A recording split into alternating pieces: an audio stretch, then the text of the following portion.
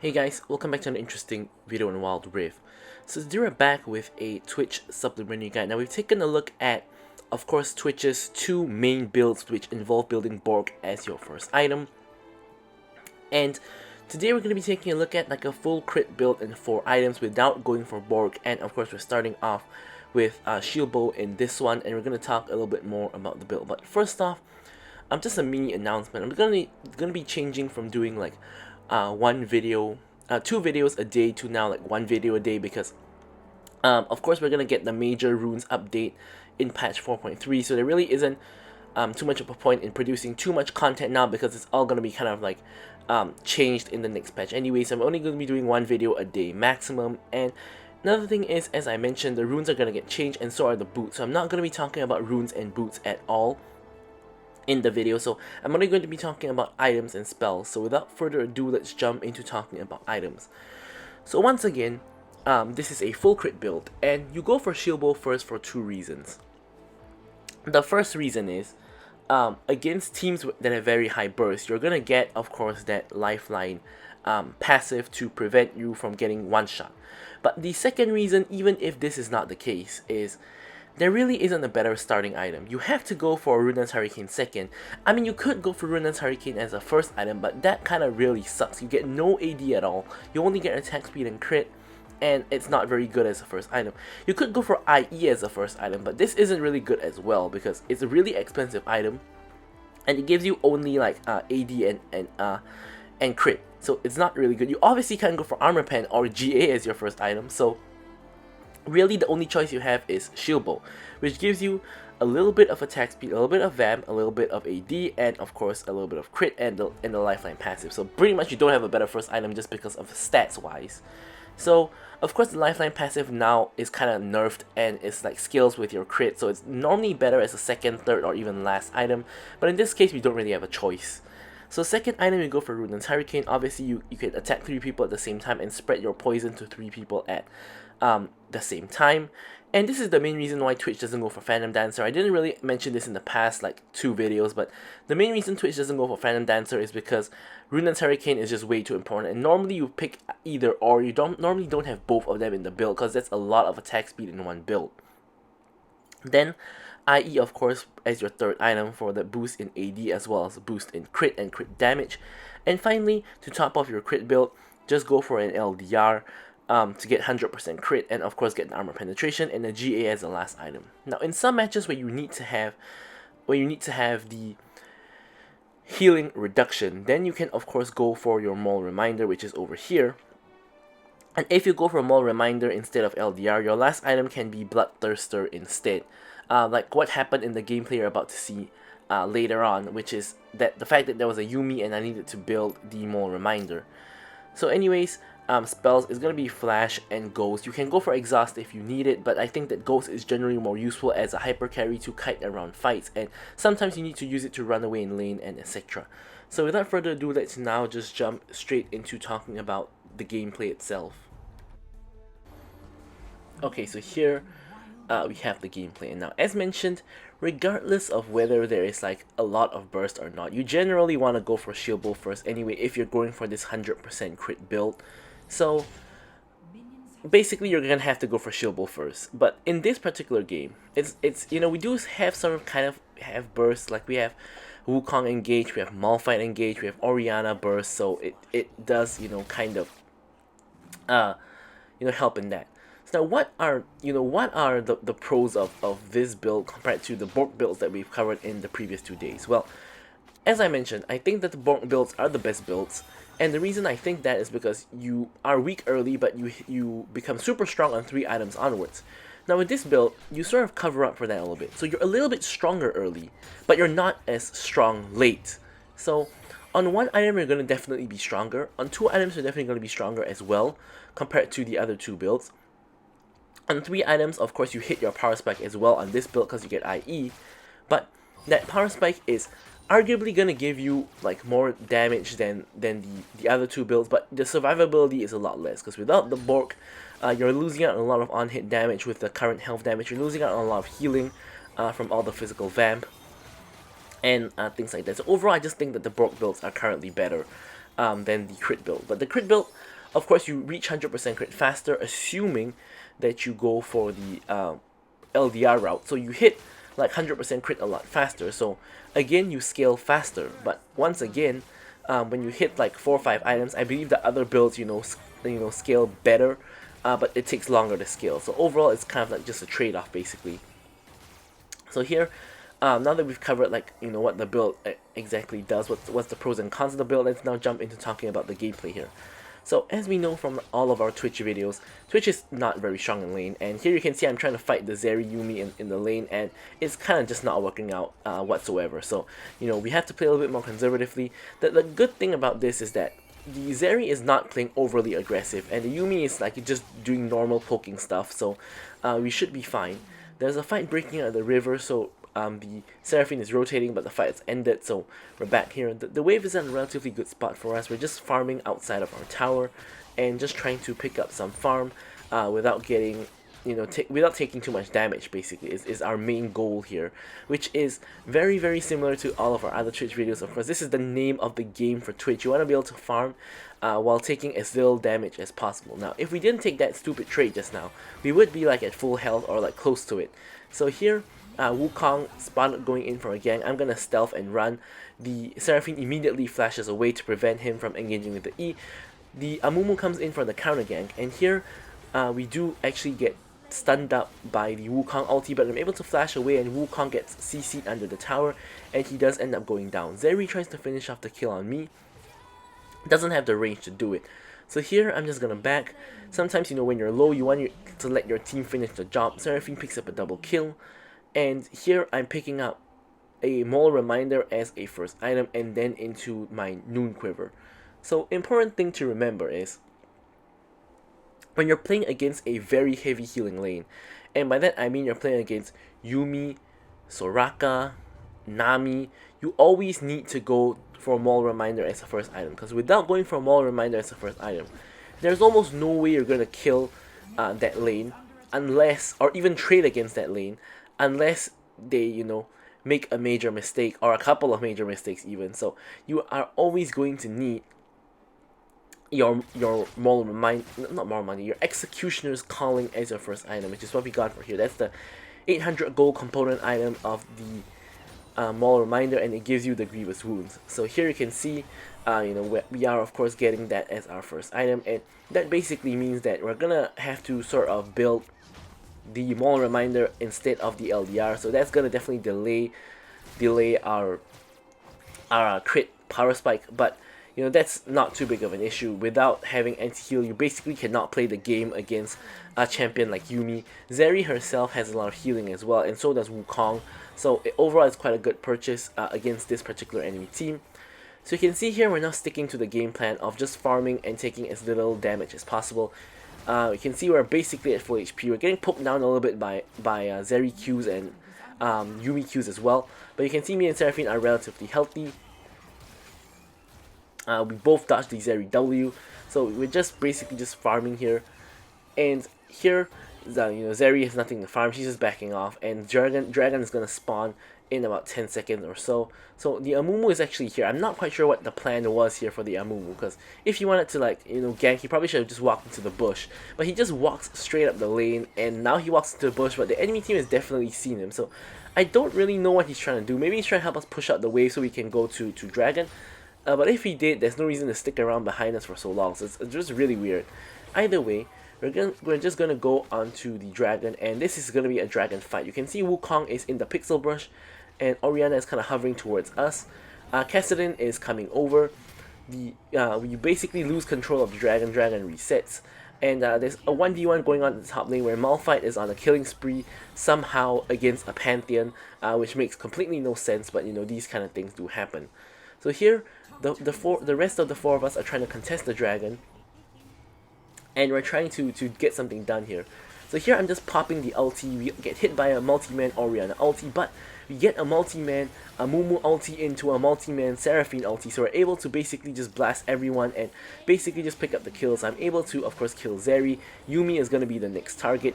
Should be able to get her, and Kassadin does finish off that kill. So overall, a really positive outcome. Amumu went in, stole the dragon, got a huge ult, Seraphine got a huge ult, and unfortunately for them, even though Orianna hit a relatively good ult onto the two of us, it wasn't quite enough to stop the fight from going in our direction. So off of that play, we're here trying to force down the mid lane.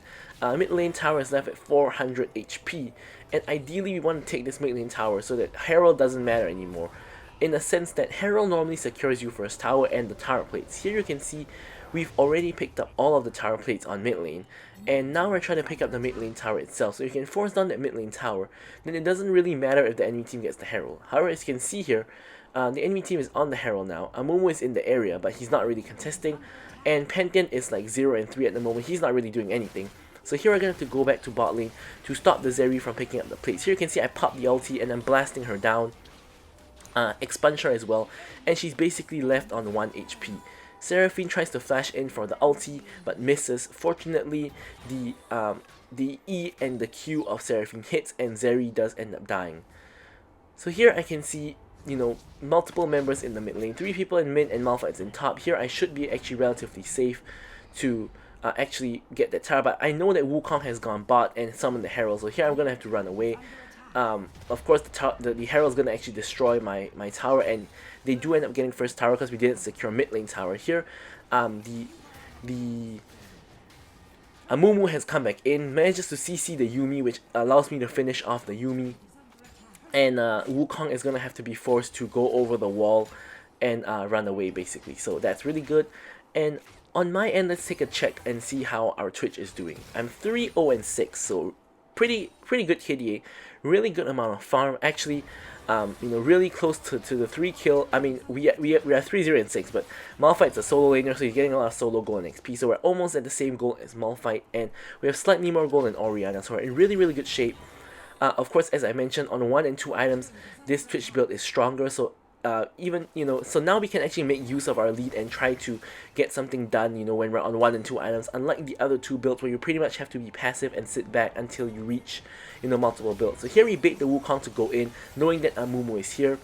Here, we're just gonna blast down our enemies. However, Seraphine does end up going down before she manages to ult. And here, Amumu does pick up the kill. We're gonna now chase onto Zeri.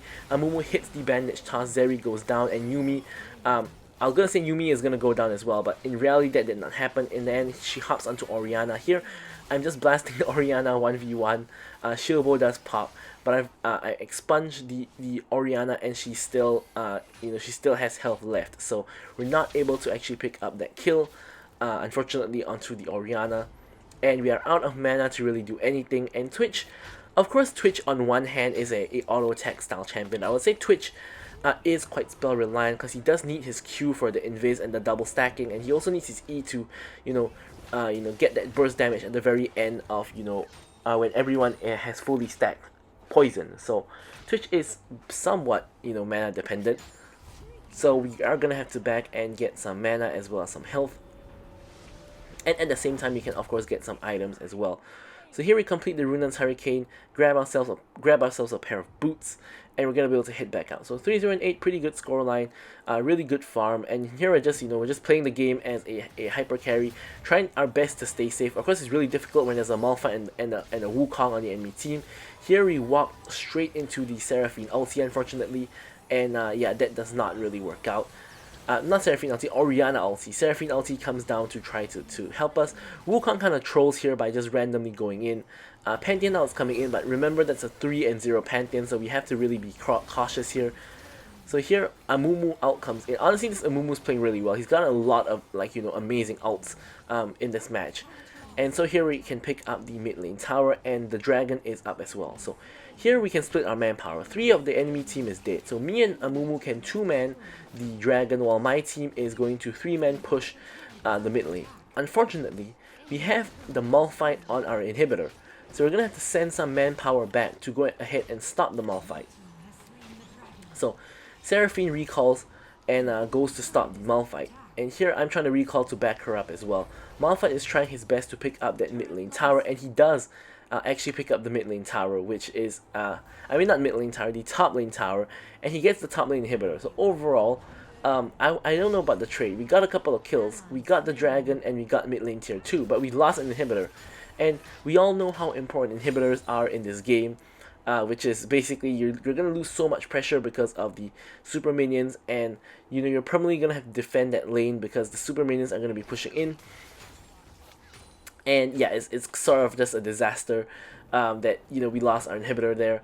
But honestly, not too much we could have done. I mean, we could have tried to back and stopped him ourselves, but we were trying to secure the dragon with the Amumu, so it was just kind of disaster all around.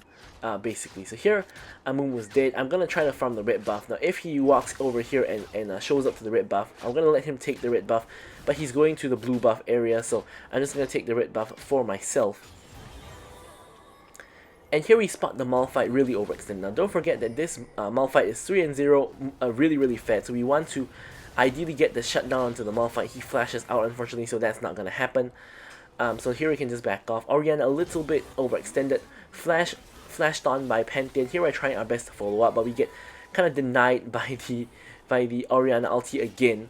And here Wukong is trying to catch us out. Fortunately we're in stealth, so we're able to flash away and he doesn't know where we are. And we are able to actually survive. If we weren't in stealth there, I think we would have just died, because Wukong could have full comboed us and we would have just been in deep trouble. So anyways, here we're gonna get healed by Seraphine as well as the redemption, and heal off the minions as well. Now here looks like a full-on team fight is going on. Wukong doesn't have ult because he already used it just now, so this should be a pretty favorable fight for us. Orianna also already popped the ult just now, and now we're gonna just try to find a fight if possible. Wukong is able to actually escape with the clone, which is pretty annoying. Malphite's at the corner, and we have to be cautious of Malphite engaging onto us. So here Malphite does ult in. So here I'm ready to free fire onto the Malphite. Unfortunately, Pantheon of all people gets the shutdown onto Malphite, which is really unfortunate because he obviously is way behind the curve. He's only at like 6k plus gold, almost 7k gold, whereas like the rest of us, like me and Amumu, are like at about 10k gold. So giving the gold to Pantheon is really the worst because Pantheon doesn't even scale. But of course, unfortunately he got the kill, so now you know it does go to the Pantheon, and Pantheon's build's kind of troll as well. He has like Guardian Angel first item and Maw Mormortius second item. It's like so defensive, but Pantheon is a champion that's it falls off so hard, and you can't afford to be building these kind of items. But anyways, we are able to pick up our IE, so we're on that 3 item crit power spike. So we should be really strong here, and you know we can try our best to carry our team. We still haven't died yet, not a lot of kills, only 3 kills, but we do have a lot of assists, and we are of course doing a lot of damage. And that's really the important thing, which is that you know we're in a position to carry our team. We're doing the damage. We got the most gold in the game now at 11k plus gold. Here, Wukong tries to go in on Seraphine. Thinks he's found a catch, but unfortunately he himself gets caught. I mean, I kind of get caught as well, depending on how you want to see the situation. But here I'm in stealth. I'm trying to run around and try to chase down the Zeri while she can't see me. But unfortunately, you know, she's able to get away. We do get the pick onto Wukong though, and here Malphite's backing. I'm actually just pinging for going for Baron because there's no reason not to. Malphite ends up getting caught out by Kassadin and does end up dying. No idea what the Pantheon is doing. He ults like a few seconds too late. Here another really nice ult by the Amumu, and here I'm trying my best to kill the Zeri, but unfortunately you know I don't have spells, I don't have ult, so you know it doesn't end up working out. But here we're trying to finish the job onto the Zeri, but unfortunately Amumu is left on 1 HP, he's dead as well, and this Pantheon is completely useless, so I don't expect anything to really happen here, in a sense that I don't expect him to kill anyone. I'm just gonna expect him to die. And there we go, sorry, not the Zeri, but the Orianna. So Orianna just gets the kill. Now here you can see that there's a huge wave in the bottom lane. So here the enemy team is going for Baron. Yuumi of all people is split pushing the inhibitor, which, I mean, I guess you need to send someone to pick up the inhibitor, so and you need 2 people to do the Baron, so I guess this somewhat makes sense. But Yuumi is not able to secure the inhibitor, she does no damage, so here we're able to actually save the inhibitor. And as we know, enemy team is doing Baron. We didn't need to see that on the camera to know that that was happening. It was pretty obvious. So here, me and Kassadin and I, as well as Seraphine, is trying to, of course, trying to kill them after they get Baron. Here, I flash forward to get the kill onto Wukong. I'm trying to chase onto the Zeri, to see if I can catch her.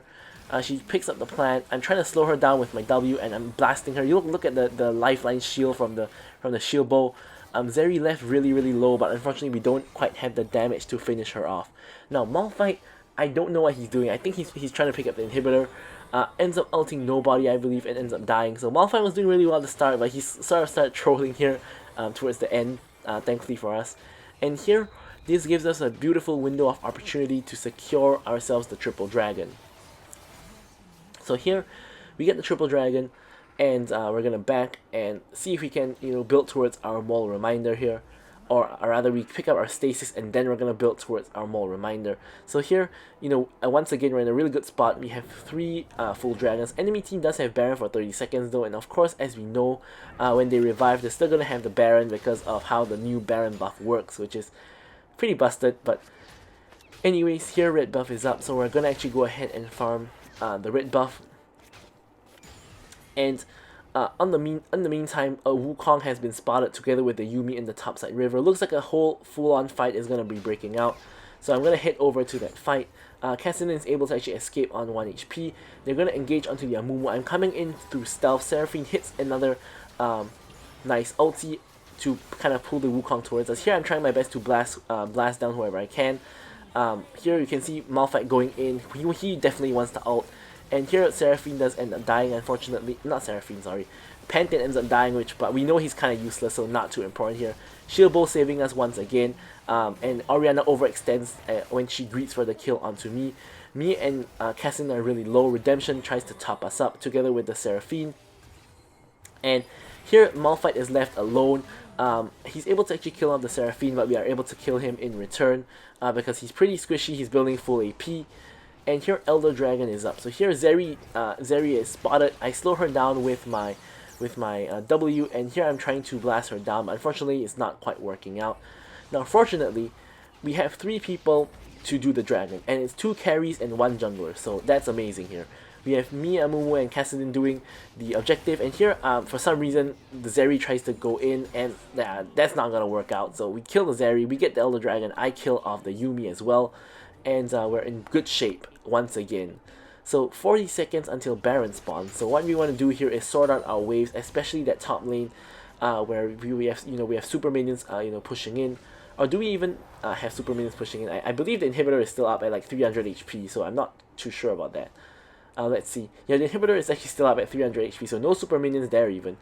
So here, I believe I have items, so I'm going to go back and complete Mole Reminder, I think. There we go. I have the Mole Reminder and another longsword. So now all we want to do is we want to go Baron, secure the Baron, and then use the Baron Elder to end the game. If enemy team contests us at the Baron, we can simply just kill them using our Elder buff, and if not, we can just push down the lane and just end the game and kill them if they try to stop us. So here I'm just pinging to do Baron. There's no reason to wait any longer. We should just straight up do the Baron. Cassidy goes up straight up, tries to one-shot someone, but ends up one-shotting the Wukong clone. Here, Yuumi gets charmed, everyone just dies. We basically just kill everybody here. Only Malphite is left, split pushing, so we're just gonna go ahead and end the game. Malphite is, of course, trying to back. Not that really matters. So here we're just gonna end the game before he can really even do anything. And there we have the victory. So you can see how this full crit build works. It's good in certain ways, but lacking in certain ways as well compared to the other builds. But with all that out of the way, I'm gonna leave you guys with the stats as usual. Thank you guys so much for watching the video, and goodbye.